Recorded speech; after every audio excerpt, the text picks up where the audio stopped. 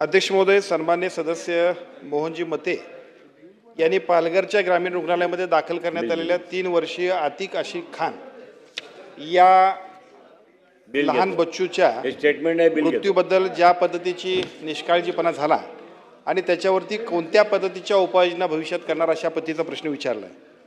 मी आपल्याला सांगतो की या सगळ्या घटनाक्रमामध्ये मगाशी त्यांनी सुद्धा सांगितलं त्याच्यामधल्या 2 गोष्टींची वस्तुस्थिती आहे अशी प्लीज की पहिल्या टप्प्यामध्ये ज्या पद्धतीने बिडको औद्योगिक वसाहतीमध्ये भरवाडपाडा येथे खेळताना त्या मुलाच्या पायाला काहीतरी चावलं।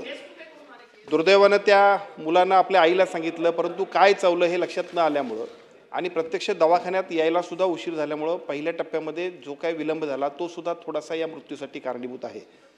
दुसरा मुद्दा त्यांनी जो सांगितला तो मात्र महत्त्वाचा आहे की याच्यानंतर आम्ही उपचार केले, त्या उपचारानंतर त्याच्यात उशीर झालेला असल्यामुळे परत प्रायव्हेटमध्ये दाखल केलं। महात्मा फुले आरोग्यदायी योजनेमध्ये जो समाविष्ट असणाऱ्या हॉस्पिटलमध्ये आम्ही याच्याबद्दल उपचार करण्यासाठी सुरुवात केली, पण दुर्दैवानं त्या मुलाचा मृत्यू झाला। या सगळ्या घटनाक्रमामध्ये ज्या पद्धतीचा उशीर पेशंटला ॲडमिट करण्यामध्ये झाला आणि त्यानंतर उपचार करण्यामध्ये झाला त्याच्यामुळं सुद्धा मृत्यू झाला। तरीसुद्धा सन्मान्य मोहन मते साहेबांनी सांगितल्याप्रमाणे अशा घटनाक्रमांमध्ये तात्काळ उपाययोजना करण्यामध्ये सुद्धा जे काही एक्सपर्ट डॉक्टर असतील त्यांनी जे काही अधिक चांगल्या पद्धतीच्या सगळ्या वैद्यकीय सेवा द्यायला पाहिजेत त्यासाठी आम्ही निश्चितपणाने प्रयत्न करू।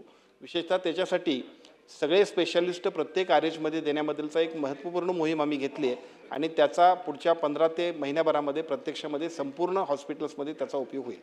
दुसरा मुद्दा त्याने आणखीन मांडला की ज्याच्यामध्ये जी विशेषतः पालघर जिल्ह्यामध्ये जी 2 हॉस्पिटल मोठे आहेत आणि त्या मोठ्या हॉस्पिटलची कामं व्हावी, तिथं सगळे एक्सपर्ट्स उपलब्ध व्हावेत आणि त्यासाठी सातत्यानं पालघर जिल्ह्यातले सगळेच लोकप्रतिनिधी, सन्मान्य आमदार आणि माजी खासदार साहेबसुद्धा सातत्याने इथं उपस्थित आहेत, इतरही अन्य सर्व मान्यवर सातत्यानं पाठलाग करतात। त्याच्यामधलं 200 कॉट्सचं पालघरचं हॉस्पिटल आणि त्याचबरोबर आपल्या ट्रॉमा केअर सेंटर आमचं युनिट मनोरचं, या दोन्ही कामं गतीनं व्हावीत अशा पद्धतीचा सगळ्याच लोकप्रतिनिधींचा प्रयत्न किंवा सातत्यानं पाठलाग सुरू आहे। त्यासाठी आवश्यक निधी, त्यासाठी आवश्यक असणारा स्टाफ, त्यासाठी आवश्यक असणाऱ्या सगळ्या यंत्रणा आम्ही उपलब्ध केलेत। पुढच्या 15 जुलैपर्यंत पालघरचं हॉस्पिटल आणि मनोरचं हॉस्पिटल 15 ऑगस्टपर्यंत आम्ही हे पूर्ण करून पालघर जिल्ह्यातल्या वैद्यकीय सेवा सर्व सेवांसहित आम्ही उपलब्ध करून देतो।